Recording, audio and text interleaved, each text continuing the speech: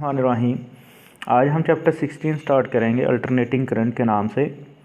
Chapter 16 में सबसे पहले हमने ये जानना है कि एसी को ही क्यों इस्तेमाल किया जाता है बैनुल अक़वामी तौर पे, यानी कि पूरी दुनिया में, और इसके अलावा एसी को डीसी के ऊपर प्रायोरिटी क्यों दी जाती है। याद रखें, we use AC because of its long distance transmission and it is of low cost.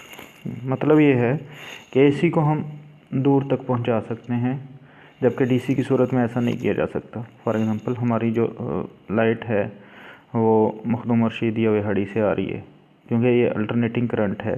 अगर डीसी होता है ऐसा पॉसिबल नहीं था। We use AC because of its long distance transmission and दूसरा क्या है, इस पर कॉस्ट कम आती है, it is of low cost. इसके साथ साथ हमने एसी सोर्स और डीसी सोर्स में डिफ्रेंशिएट करना है। डीसी सोर्स क्या होता है? Such source whose polarity remains constant, जिसकी पोलैरिटी सेम रहे, कांस्टेंट रहे। जो पॉजिटिव है वो पॉजिटिव रहे, जो नेगेटिव है वो नेगेटिव रहे। एग्जांपल, सेल हो सकता है या बैटरी हो सकती हैं। एसी सोर्स क्या है? उल्ट होता है। Such source whose polarity keeps on reversing after a certain time is called AC source. Example में हम लिख रहे हैं AC generator. AC alternating current की अपनी क्या डेफिनेशन है? The current whose polarity keeps on reversing with time. ऐसा करंट जिसकी पोलैरिटी टाइम के साथ साथ रिवर्स होती रहे, कभी पॉजिटिव हो गई, जिस तरह आप देख रहे हैं यहाँ पे साइकिल में एक है पॉजिटिव हाफ और एक है नेगेटिव हाफ। ये करंट या वोल्टेज जो अपनी पोलैरिटी को चेंज करे, रिवर्स करे टाइम के साथ साथ, उसे अल्टरनेटिंग करंट कहते हैं। यहाँ पे हम डेफिनेशन करेंगे टाइम पीरियड की। टाइम पीरियड सिंपल जो हम पढ़ते थे वो थी time required to complete one cycle, या the time during which voltage or current changes its polarity once is called time period. अगर हम देखें पॉजिटिव हाफ के लिए 0 से T/2 तक के लिए ए टर्मिनल जो है वो पॉजिटिव है और बी के है नेगेटिव। तो कन्वेंशनल करंट हमें पता है पॉजिटिव से नेगेटिव की तरफ जाता है, तो कन्वेंशनल करंट जो फ्लो करेगा ए से बी की तरफ करेगा 0 से T/2 तक। अगर नेगेटिव हाफ के लिए चेक करें, जिस तरह आपको फिगर में नज़र आ रहा है T/2 से T तक, तो ए नेगेटिव का हो जाएगा और बी पॉजिटिव का हो जाएगा। तो करंट की डायरेक्शन रिवर्स हो गई, पहले वो ए से बी था, अब बी से ए हो चुका है। तो इसी वजह से हम कहते हैं the current whose polarity keep on reversing with time is called alternating current। इसी तरह से frequency mean number of cycles completed in 1 second. 1 second में जितने साइकिल पूरे हो जाएं उसे फ्रीक्वेंसी कहते हैं। याद रखें, पाकिस्तान समेत पूरी दुनिया में एसी की फ्रीक्वेंसी जो है 50 हर्ट्ज़ है, सिवाय अमेरिका के। अमेरिका में एसी की फ्रीक्वेंसी 60 हर्ट्ज़ है। मतलब ये है कि पाकिस्तान में या बाकी ममालिक में अल्टरनेटिंग करंट 1 सेकेंड में 50 साइकिल पूरे करता है। इट मीन इसकी फ्रीक्वेंसी कितनी है? 50 हर्ट्ज़। फ्रीक्वेंसी की अदर डेफिनेशन हम जानते हैं, reciprocal of time period. Unit जो होते हैं फ्रीक्वेंसी के हर्ट्ज़ होते हैं। जो एसी करंट को प्रोड्यूस करवाता है उसे एसी जनरेटर कहते हैं, और उसकी आउटपुट के लिए हम इस्तेमाल करते हैं वोल्टेज। अगर उसकी आउटपुट में हो V=V0 साइन थीटा, और ऑलरेडी हमें पता है थीटा बराबर होता है ओमेगा टी के। ओमेगा =2πf, और एफ जिस तरह ऊपर हमने कहा रेसिप्रोकल ऑफ टाइम पीरियड। याद रखें, कैपिटल टी टाइम पीरियड के लिए इस्तेमाल होता है और स्मॉल टी टाइम के लिए, दोनों में फ़र्क रखना है। मेरे पास एक साइकिल है फिगर में, जिसके मैंने 4 हिस्से किए। तो फर्स्ट क्वार्टर को पूरा करने के लिए T/4, सेकंड जब कंप्लीट होगा उसके लिए 2T/4, थर्ड के लिए 3T/4, और इस तरीके से कंप्लीट साइकिल के लिए 4T/4। एंगल के लिहाज से पता चला कि जब T/4 था टाइम, तो एंगल बन रहा था 90 का, फिर 180, 270 और 360। अगर मैं शुरू में टाइम को 0 रखूँ, टाइम को 0, स्मॉल टी को 0, तो इक्वेशन के अंदर अगर पुट करूँ इक्वेशन ए के अंदर, तो मेरे पास वोल्टेज ज़ीरो आता है। T/4 करने से V0, इसी तरीके से T/2 पे 0, 3T/4 पे -V0, और जब टाइम पीरियड कंप्लीट हो जाता है अगेन वोल्टेज ज़ीरो आ रहा आता है। यही काम हम करंट के लिए भी कर सकते हैं। करंट की सूरत में हमें लिखना पड़ेगा I = I0 sin थीटा। अब हमने कुछ डेफिनेशंस करनी है, मसलन इंस्टेंटेनियस वैल्यू। ये जब मैं लिखता हूँ V = V0 sin थीटा, इसमें V जो है वो इंस्टेंटेनियस वैल्यू है, V इंस्टेंटेनियस वैल्यू, और V0 क्या है, पीक वैल्यू। इंस्टेंटेनियस वैल्यू की डेफिनेशन क्या है कि टाइम के किसी लम्हे पर वोल्टेज की सर्किट में जो वैल्यू है उसे कहेंगे instantaneous value. The value of voltage in a circuit at any instant of time. Peak value क्या है, the maximum value of voltage or current in a cycle is called peak value. Maximum value जो voltage की है वो V0 है, और current के लिए जो है वो है I0।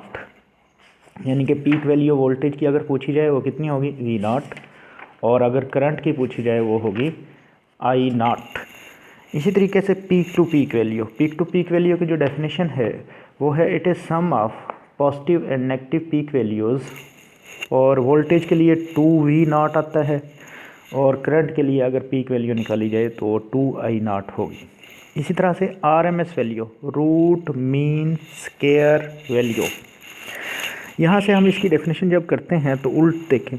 सबसे पहले हम लिखेंगे स्क्वायर, फिर आ जाएगा रूट, यानी कि square root of mean value of V² और I²। नाम से ही R स्क्वायर रूट को ज़ाहिर कर रहा है, तो हम लिखेंगे स्क्वायर रूट मीन, M से ज़ाहिर हो रहा है, square root of mean value, और S² को ज़ाहिर कर रहा है किस किस का, V² और I² is called root mean square value. याद रखें इसका दूसरा नाम इफ़ेक्टिव वैल्यू भी है। रूट मीन स्क्वायर वैल्यू हो क्या होती है, इफ़ेक्टिव वैल्यू। तो सबसे पहले मैंने जो काम करना है वो स्क्वायर रूट लेना है, तो स्क्वायर रूट की अलामत डाल देंगे। फिर मैंने मीन लेना है, यानी कि एवरेज। एवरेज जो हमारे पास आएगी किसी भी साइकिल की, मिनिमम वैल्यू 0 है और मैक्सिमम वैल्यू V0 जो पीक वैल्यू है। तो इस सूरत में एवरेज निकालने का क्या तरीका होता है, मिनिमम का स्क्वायर, यानी कि मिनिमम वैल्यू जमा मैक्सिमम वैल्यू पीक वैल्यू बटा 2, और क्योंकि साथ में स्क्वायर भी है तो इनका स्क्वायर भी लेना पड़ेगा। V0 स्क्वायर अंडरूट के साथ कैंसिल हो जाएगा। 2 अंडरूट 1.4 होता है, 1/1.4 0.707 V0। याद रखें अगर हम DC एमीटर को अल्टरनेटिंग करंट मेयर करने के लिए इस्तेमाल करें तो ये एवरेज वैल्यू इस्तेमाल करेगा करंट की या वोल्टेज की। यानी कि अगर DC एमीटर इस्तेमाल किया जाए तो ये करंट या वोल्टेज की एवरेज वैल्यू को मेयर करेगा। और हमें पता है एवरेज वैल्यू एक साइकिल के अंदर करंट या वोल्टेज की 0 आएगी, क्योंकि एक पॉजिटिव पीक है और एक क्या है, नेगेटिव।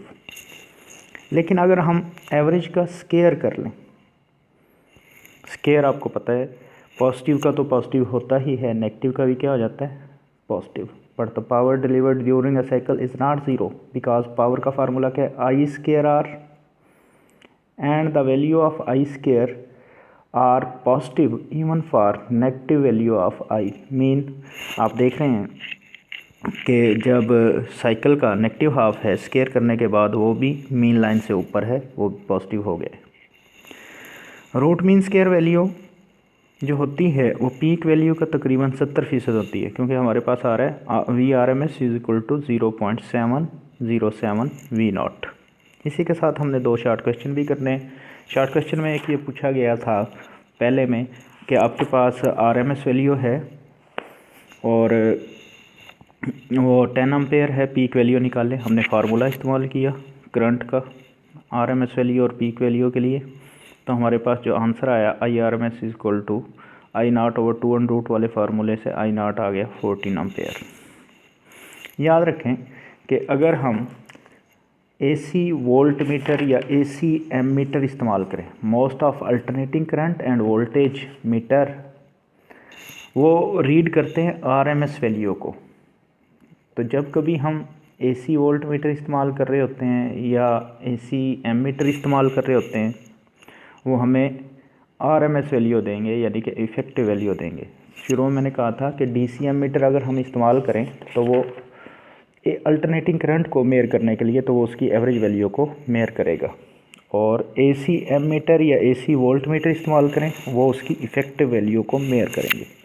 शॉर्ट क्वेश्चन नंबर 3 भी इसी से रेलिवेंट था कि कितनी मरतबा एक लैंप मैक्सिमम ब्रिलियंस के पहुंचेगा जब वो 50 हर्ट्ज सोर्स के साथ जोड़ा जाए। 1 हर्ट्ज से क्या मुराद है? एक साइकिल, और 50 हर्ट्ज से क्या मुराद है? 50 साइकिल्स इन 1 सेकेंड। 1 हर्ट्ज से मुराद है एक साइकिल 1 सेकेंड में, और 50 हर्ट्ज से मुराद है 50 साइकिल्स 1 सेकेंड में। और हमें पता है हर साइकिल में वैल्यू मैक्सिमम 2 मरतबा होती है, एक पॉजिटिव पीक पे और एक नेगेटिव पीक पे। इन 1 साइकिल करंट और voltage become maximum twice in 1 second. 50 cycles में क्या होगा, यानी कि 50 हर्ट्ज में क्या होगा? 100 टाइम्स पर सेकेंड। तो क्या लिखेंगे? 2 मल्टीप्लाई बाय 50। इट मीन सवाल से लिखा जाएगा when an incandescent lamp is connected to 50 hertz source, it will reach the maximum brilliance 100 times per second.